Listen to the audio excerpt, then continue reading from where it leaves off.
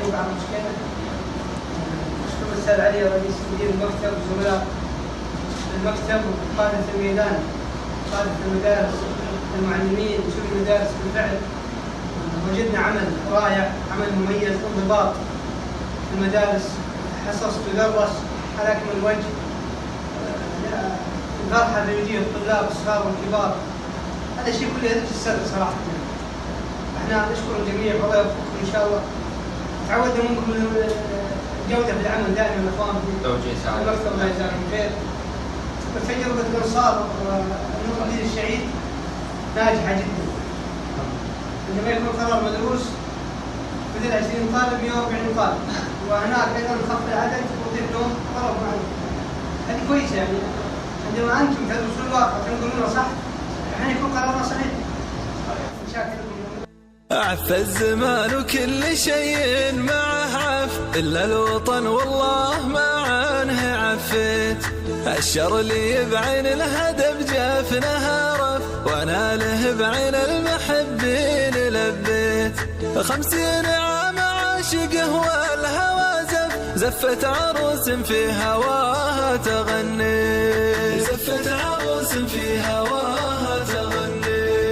أبخدمه بالقلب والعقل والكف، وبكتب حي ويبقى وانا ميت.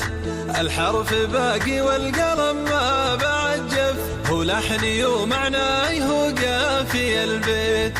بيني وبينه رابط الحب يلتف، يخصني وانا لها العمر خصيت، يخصني وانا لها العمر خصيت. هو عشقي اللي ما تراجع ولا كف، اشيب وحب في وهج يوم شبيت. اعطيته الحظر وفي خاطري شف، ابيه باكر يصل اللي تمنيت. ابيه بين اوطانها عالي السقف، ما بي ولدنا باكر يقول يا ليل، ما بي ولدنا باكر يقول يا ليل. وشلون ما احبه وهو ناهي الوصف. استاذ الكريم الله يجزاه خير على المبادرة، هو مكسب لنا على كل حال. على بركة الله. المبادرة هي من ضمن المبادرات اللي تخدم وتساعد في تحسين موارد التعلم. أنا أقرأ، الطالب يقرأ ويكتب بطلاقة بكل المراحل، كل المستويات، المرحلة الصف الأولية، الصف الابتدائي والمتوسط الثانوي. لكن يحتاج منا كلنا متابعة مساندة وتقييم هذه المبادرة نهاية الفصل الدراسي الأول، حتى إن شاء الله نعممها على كل المكاتب إن شاء الله. بسم الله على بركة الله. لو قلت ما مثله فانا ما تماديت، يفرق على الاوطان بالراس والانف. هو موطن المبعوث، هو موطن البيت. برفع له الرايه وبقرا له الدف، والسيف لعيونه من الغمد سليت، والسيف لعيونه من الغمد سليت. عف الزمان وكل شيء معه عف، إلا الوطن والله ما عنه عفيت. الشر اللي بعين الهدب جافنها رف، وانا له بعين المحبين لبيت.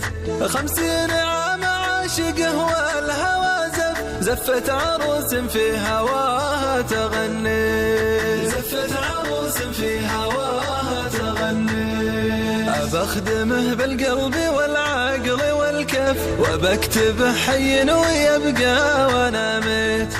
الحرف باقي والقلم ما بعجف، هو لحني ومعناي هو قافي البيت.